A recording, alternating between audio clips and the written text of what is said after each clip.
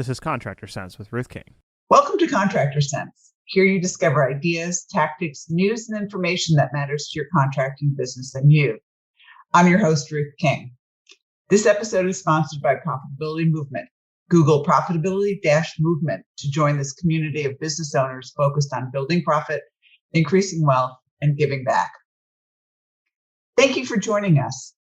Here's how we will help your business and you today. Let's get ready for fall.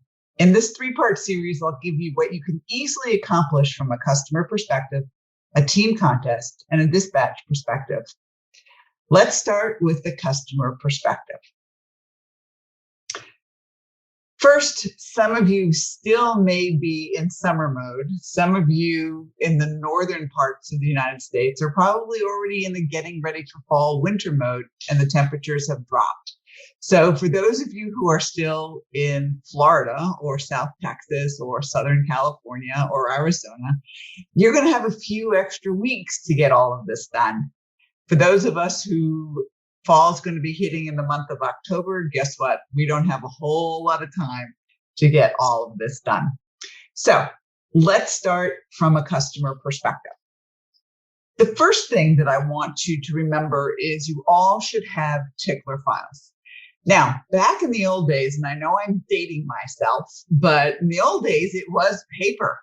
And we literally made a copy of a service ticket and put it in a file in a drawer called our tickler file.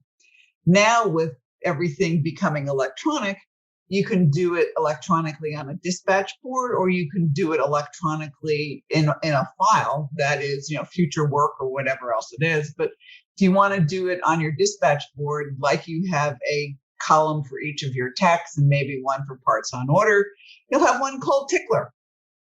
And I would also suggest that you have one called next season. And here's what I mean by next season. Let's assume like it is now in most of the United States, where there still might be a little bit of cooling and maybe they need a new capacitor or motor's going bad or something like that. What a lot of the homeowners are telling you and the business owners are telling you, nah, I'll let it limp on and for the end of cooling season. It's almost over and we will take care of it next spring before it gets hot again. Likewise, you might have had some service calls at the end of heating season last year, and the customer said, nah, I'll wait until next fall and take care of it before heating season starts again. So hopefully you have made a file either electronically or on paper of all the customers who said, nah, I'll wait till next fall. That's your tickler file. Okay. That's a seasonal tickler file. The other tickler files are when your service technicians are out on a call and they recommend to a customer that something should be replaced and the customer says no, or I have to think about it, or I'll wait. That goes into another type of tickler file where you might call them 6 weeks later if things are slowing down or something along those lines. But number one, getting ready for fall is to make sure that you get your tickler files out and you make those telephone calls to the customers who said, nah, I think I'll wait till next fall. Well, guess what? Next fall is here. So this is additional work and potentially slower times of the year that can be done for work that was recommended last spring. All right. So that's number one. The rest of this podcast, we're going to talk about marketing and customer segmentation and talking about how to approach each segment of your market. All right. So I want all of you to go back and look at your customer list. I want you to divide it, or what's called segmenting in the marketing world, into the different categories of customers. Now, we might have residential, we might have commercial. We might have residential maintenance agreement clients. We might have commercial maintenance agreement clients. We might have residential expired maintenance agreement clients or commercial expired maintenance agreement clients. Or we might have customers who've done business with us in the past 18 months And we might have customers who have not done business with us in the past 18 months to about 3 years ago. So I think you're getting the idea of you can divide your customer list into many, many, many different segments. You might also want to segment it by age of equipment if you have that data. You might get segmented geographically if you've got, that's pretty easy to do. You just divide it, segment it by zip code. That's fairly easy to do. And of course, you have your do not go list. Please don't put these people on your segmentation of your customer list. Not really a good idea. They haven't paid you. They're obnoxious. You can never please them. They really probably shouldn't be on your customer list to begin with. And from a commercial perspective, and sometimes residential perspective, if there's safety issues. And I'll give you an example of what I mean safety issues residentially. One of my clients years and years and years ago, customer called and said, I want you to come out and do a heating maintenance. So the tech went out, went down into the basement, and promptly got bit by at least 1,000 fleas.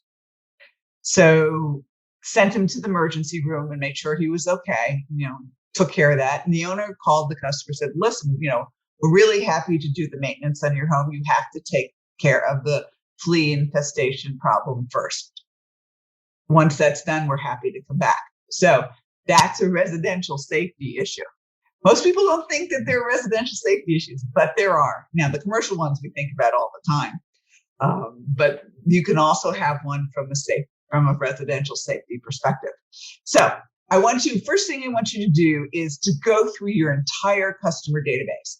Now, for those of you who are on computer programs that allow you to do that, it's pretty easy to do. You just segment it based on all those different categories that I talked about: residential versus commercial, maintenance versus non-maintenance, inactive customers, many, many different segments. Geography, you might want to segment them geography-wise also.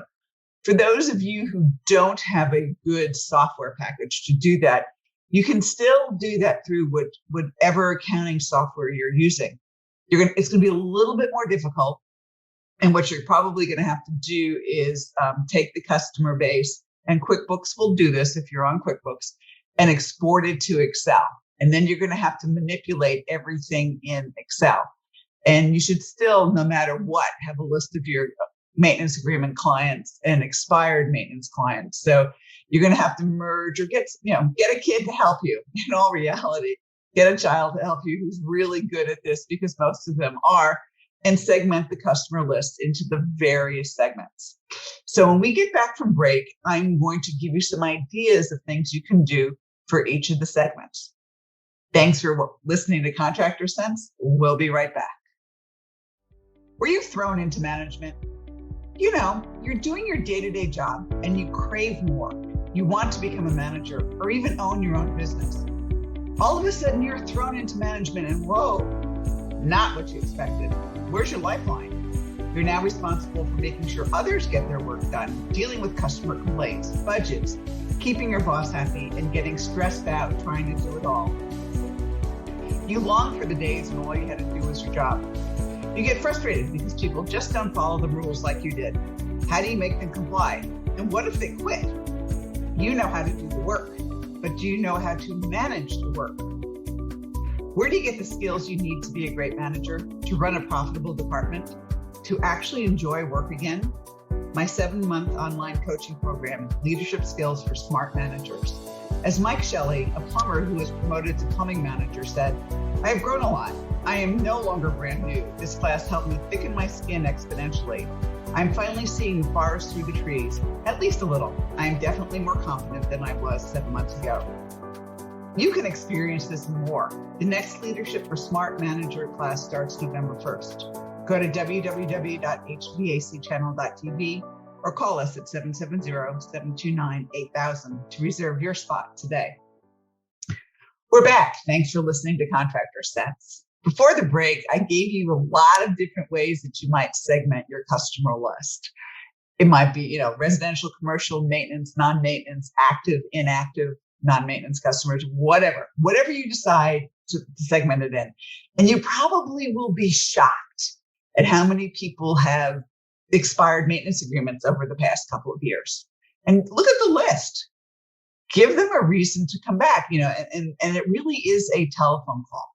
And the telephone call goes something like this. And I'm talking residentially here first.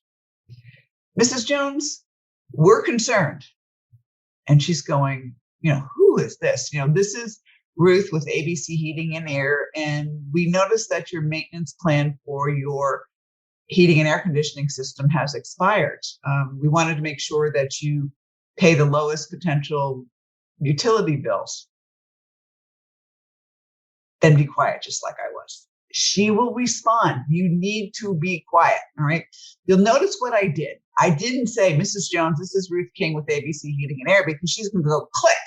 She doesn't remember that ABC Heating and Air, for the most part, actually did the maintenance on her home. All right. Your name, if you haven't kept up and talked to her continuously, does not resonate with her. So when you go Ruth King with ABC Heating and Air, click. Okay.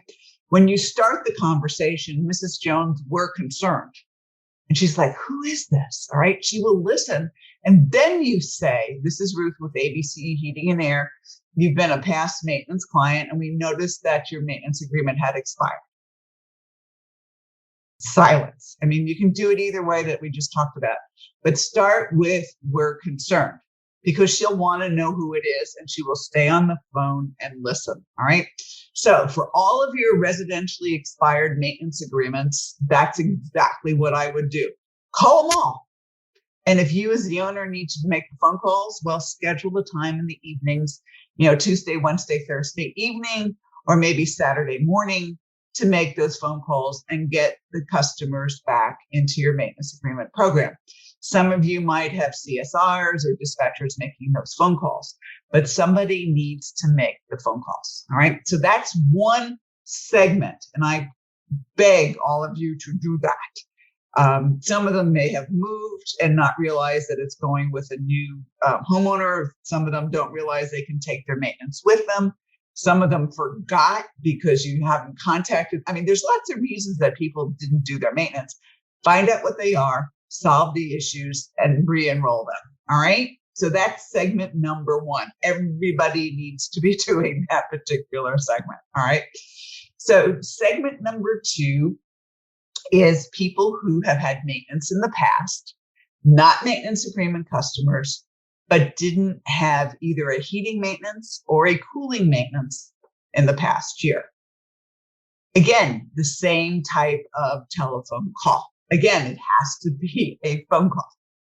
It can be mailers, but I would prefer phone because you get interaction. All right. Unless it's thousands and thousands and thousands. And I'm sure it's not, unless you're a huge company.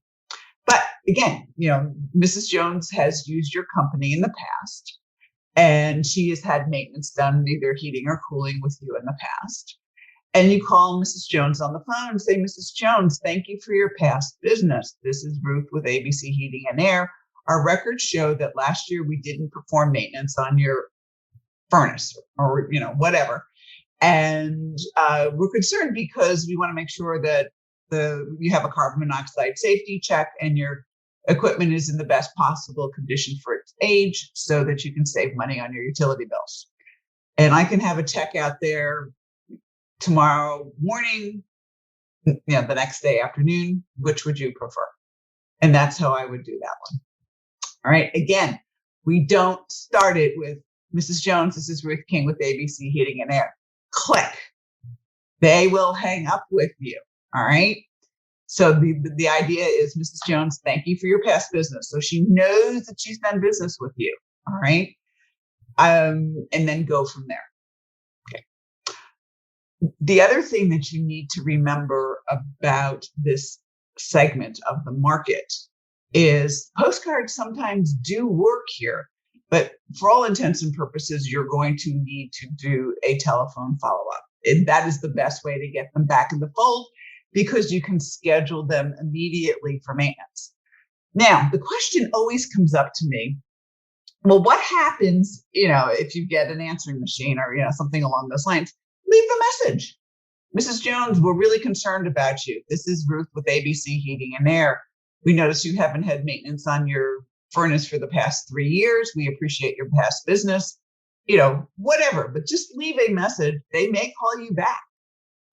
It just depends. Now, in some of the later generations, they prefer to be text, but you don't have permission to text yet unless they actually have given you permission to text in the past, all right? Phone, you can send postcards, all right?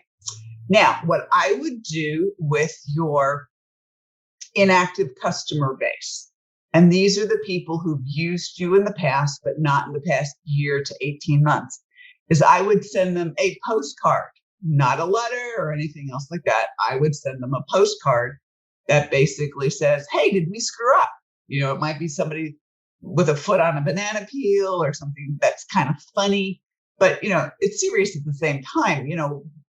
We notice, our records show that we haven't done maintenance on your home, or, whatever you want to put on the postcard, but it should be something like, we're concerned, haven't heard from you, whatever you want to do, something that's creative, and then put an offer for them to come back. Do not send this postcard to maintenance customers, all right? Because whatever you send to non-maintenance customers, in all reality, you should be sending to maintenance customers. So if you are offering a $25 off a service call to people who haven't used you in the past 18 months, 3 years, you should be sending a $25 off coupon to your maintenance customers for service repairs. All right. If you're sending a $250 off a new system installation to non-maintenance customers to get them back in the fold, you should be sending a $250 off offer to your maintenance agreement clients too. Remember, they are the ones who have signed a piece of paper that they're going to be loyal to you, and you need to be loyal to them. If you want to really make a maintenance customer mad, have her neighbor get a $25 coupon who's not a maintenance customer, and she doesn't. You will lose that maintenance agreement. So be careful what you send out. Be careful where you call. Remember that your maintenance agreement clients come first. So anyway, this should give you some ideas on how to segment the different parts of your customer base, and get ready and watch the weather. For those of you who are in heating season already, guess what? You can start sending out the postcards. You can start making the phone calls. Some of you may have to wait until the end of October, but at least you're ready. Watch the weather so that you know when to start contacting your segmented customer list. So thank you for joining us. Choose one thing that you discovered and implement it in your business. These ideas, tactics, and strategies help you make more money, have more free time, and give back. If you like today's program, spread the word. Please review this podcast on any device you're listening to it on. Help a fellow contractor make more money too. For comments or questions, call me at 770-729-0258 or email Ruth King at hvacchannel.tv. Thanks for listening. Have a great and profitable day.